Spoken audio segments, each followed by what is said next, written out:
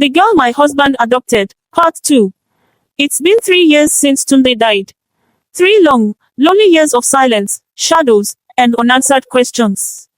I moved out of our old house in Ikeja, too many memories, too much pain.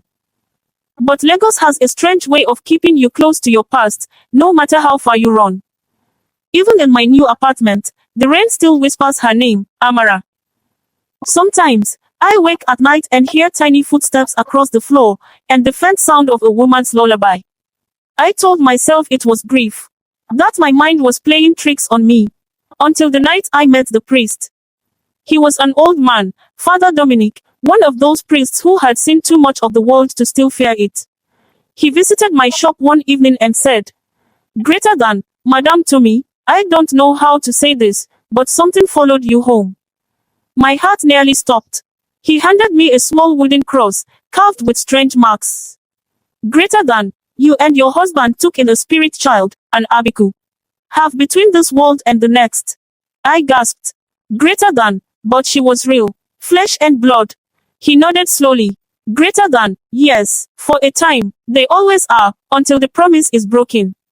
That night, I searched through Tunde's old things, hoping for answers. And there, in his drawer, I found a small brown envelope addressed to me. Inside was a letter.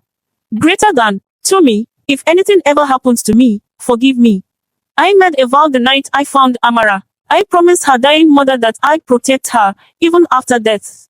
That's why she called me, Papa, before she vanished. If you're reading this, it means she came back to take what I owed."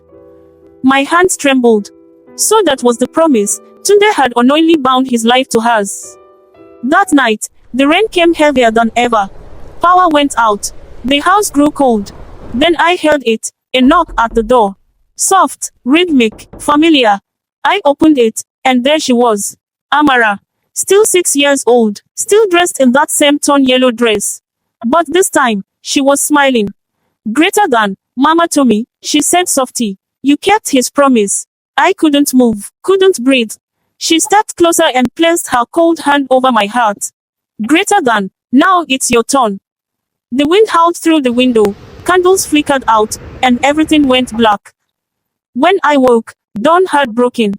The floor was wet, but the door was still open. Outside, tiny footprints led away, fading into the mist. No one has seen me smile since that day. Because deep down, I know she'll come again. Not for vengeance, not for love, but for the promise that binds us all, life, death, and the unseen. And whenever rain falls on Lagos, and thunder echoes over Oshodi Bridge, I whisper a prayer for my husband, and the little girl who never truly left.